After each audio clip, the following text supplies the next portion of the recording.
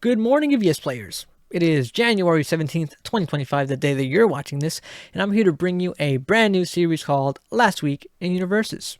I like to call it Last Week because I take everything that was announced last week in our card game and condense it into one video to keep you updated. Now, I plan to make these every so often whenever there's some big announcements in the game, like for example a ban list, a regional happening, some new product, some reveals, anything. So these won't be weekly, it'll be whenever there's something big that happens. Speaking of ban list, we've got the January update. As for updates, there are none. There's nothing being added to the list. However, there is an errata for Fateful Decision. The old enhance reads, enhance commit. After you play a block, it gains breaker 1. The new enhance is enhance commit. If you block this attack, your block gains breaker 1. Really, this is only a wording issue. They changed the wording to make it more clear, to make it so there's no gray area when you play the enhance on it. It's just to clarify what the card does. Now, that card came from the Solo Leveling Challenger Series deck. Sung Jin Woo joins the cast of UniVersus as a brand new character. You can go ahead and pick up your copy of the deck at your local card shop or the UVS game store. As for what I think he's going to be like in the meta, truthfully, I've got no clue. Someone hasn't put in the work to see how he's going to fit into the meta. Truthfully, I think he has a cool mechanic with the XP mechanic. However, it is a little too slow, in my opinion. You level up a little too slow, and the meta is pretty quick right now. People are trying to kill you on turn 2, turn 3. He takes a couple turns to get set up. So hopefully after rotation, he might have a better time. With a new character comes new changes to the rules document. We added level up and skill trees, both abilities that are used by Sung Jin Woo specifically, and they updated the response timing on attacks. So previously, before the change, when you play an attack, the response isn't playable until you enter the enhanced step, which is during the attack. The change now means that the new change means that you can play those responses on play. You don't have to wait until you get the enhanced step. Example would be Serving Shade. The response would say, after you lose health, you gain 1 health, and this attack gets 1 damage.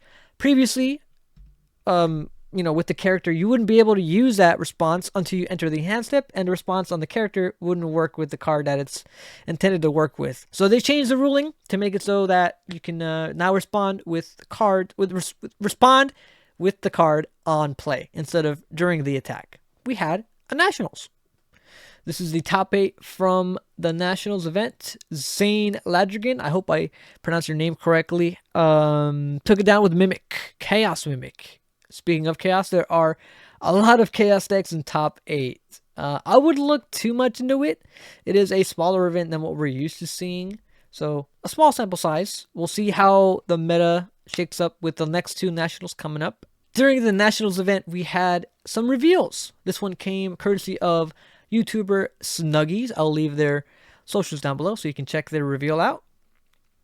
It is Caduceus Clay, Insightful Caretaker, the new character for the upcoming Critical Role set coming March 7th. He is a 5-hand size, 34 health character. Healer, Mighty 9. Enhance Commit, choose a player. That player gains 4 health. Each backup in their stage gains 2 stamina. Enhance once per turn, Tenacious. This attack gets plus X damage or minus X speed. X equals the number of backups in your stage plus 2.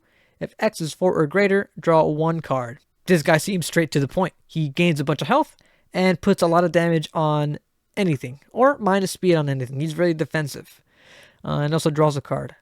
So life gain, simple, straight to the point. Very hard to kill. Macabre. The first foundation we've got, it is Macabre Regeneration. It is a 2 diff, 5 control check, 3 low block, response commit.